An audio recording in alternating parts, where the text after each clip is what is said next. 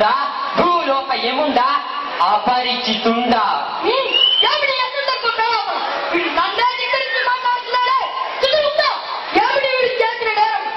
ఇతను భూలోకంలోనే యమలోకాన్ని చూపిస్తున్నాడు ప్రభు. అంతేకాదు పెళ్లిళ్ళ పేరెళ్ళు, తాగుబోతు ప్రసాదులు, జాన్సన్ చంపింది కూడా ఇతనే ప్రభు, ఇతనే. ఏమిరా మానవ, మనుషుని చంపడం తప్పని తెలీదా? కాదు, తప్పు కాదు.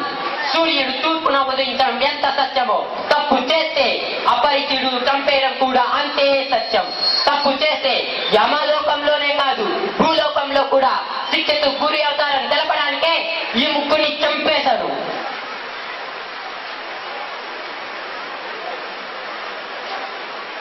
పెళ్లిళ్ళ పేరయ్యను, తాగుబోతులు చంపడం సముచితమే. అయితే జాన్సన్ ఎందుకు చంపినట్లు? భారతదేశం కట్టు బొట్టు కట్టుబాట్లకు, శాస్త్ర సంగీత సాహిత్యాలకు పట్టుకొమ్మ లాంటిది.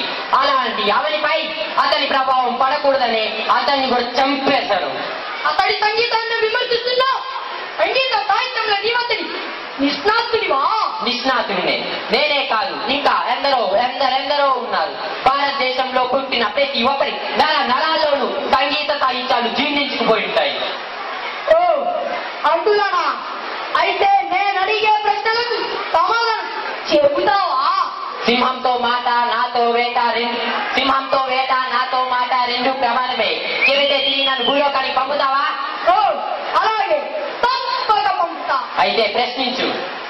వంగతోట నుండి, జొన్న చేను నుండు, తలుపు మూల నుండు, చోద్యంబుగాను తల మీద నుండు, దీని భావమేమి అపరిచితా? వంగ తోటలోనే ఉంటుంది, జొన్న చేన్లోనే పండుతుంది, తలుపు ఎప్పుడు మూలనే ఉంటుంది, తల ఎన్నడు పైనే ఉంటుంది, దీని భావం దీనిలోనే ఉంది. ఇందులో విచిత్రమేముంది అమ్ము నివాస? చిత్రుతా కాసేపు నోరు మూసులేయడం మంచిది.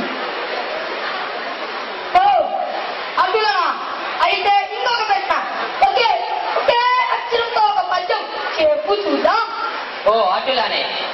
నా నాన్నని నీ నాన్నని నేనన్నానా, నీ నాన్నని నా నాన్నని నేనన్నానా, నీ నాన్న నీ నానే, నా నాన్న నా నానే, నీ నూనెని నా నూనెని నేనన్నానా, నా నూనెని నీ నూనెని నేనన్నానా, నీ నూనె నీ నూనె, నా నూనె నా నూనె.